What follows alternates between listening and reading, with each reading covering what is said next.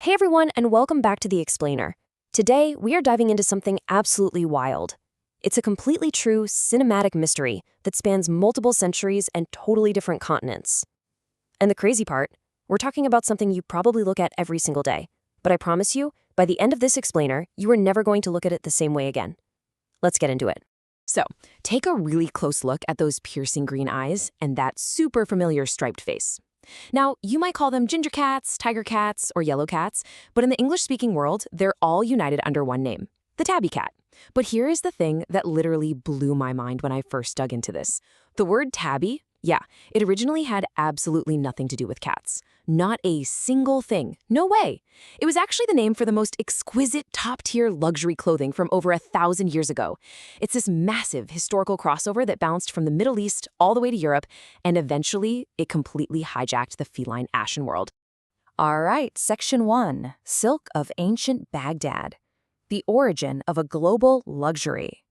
Okay, I want you to mentally step out of your living room for a second, and let's transport ourselves back to a 12th century Arabian bazaar. Imagine the golden hour light, you can hear the merchants shouting, maybe some exotic string instruments playing in the background, and you can smell the spices in the air. This is Baghdad. And back then, Baghdad was the absolute center of world civilization. Now, in this really affluent, ritzy neighborhood called Al-Atabiya, there were these master weavers working at their looms, and they invented a silk fabric that pretty much shocked the world. They called it a tabby. This stuff wasn't just soft, it was basically magic.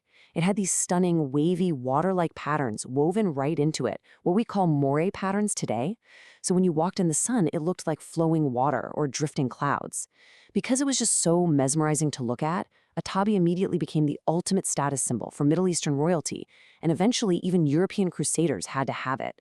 And, it just perfectly shows what happens when a product is a real game changer. It doesn't stay a local secret for very long. This highly coveted, premium striped silk started making its way out of the Middle East.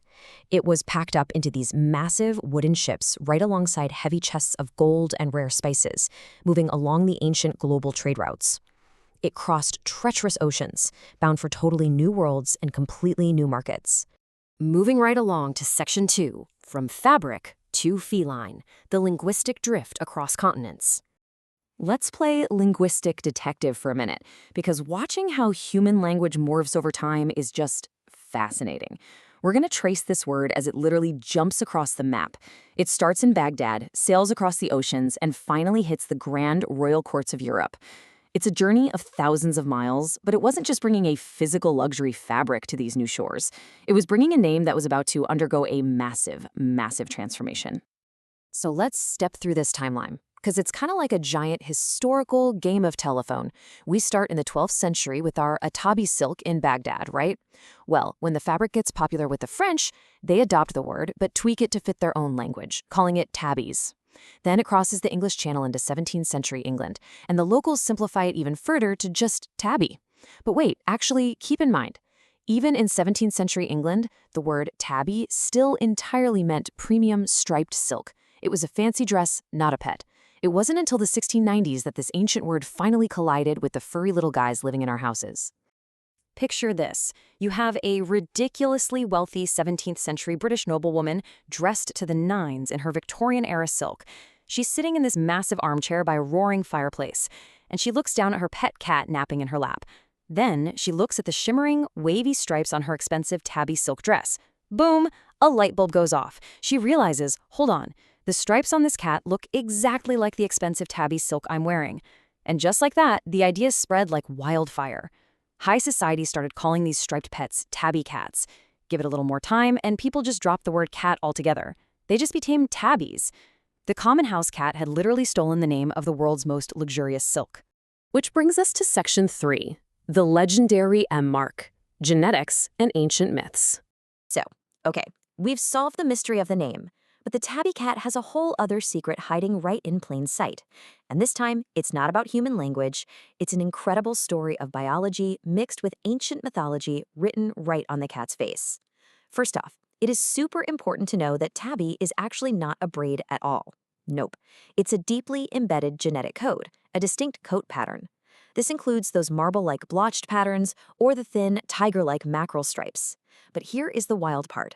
Biologists and geneticists will tell you that no matter what kind of swirl or stripe a true tabby has, they all share one universal, unmistakable feature: a very clear, distinct letter M marked right on the center of their forehead. And that specific M mark, it has totally captivated humanity for centuries. It's inspired these beautiful ancient myths across some of the world's major religions. On one hand, you have Christian legend, which says that this M is actually the tender touch left by the Virgin Mary, a permanent mark of gratitude for a cat that kept the baby Jesus warm.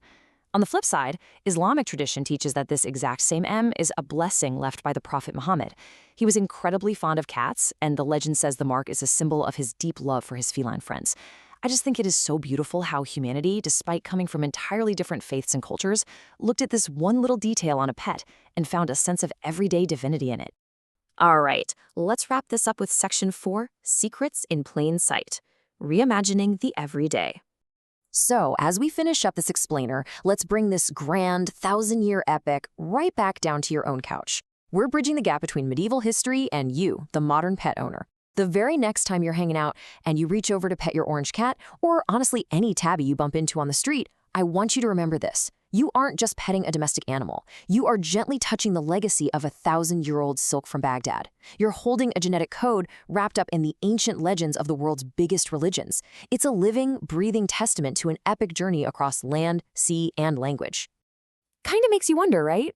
I mean, if a regular, everyday house cat carries the hidden history of medieval Arabian luxury and centuries of linguistic drift, what other ancient secrets are hiding completely unnoticed in the animals all around us? Keep questioning, keep exploring, and definitely join us next time here on The Explainer as we keep decoding the hidden world right in front of us. Thanks so much for hanging out with me today.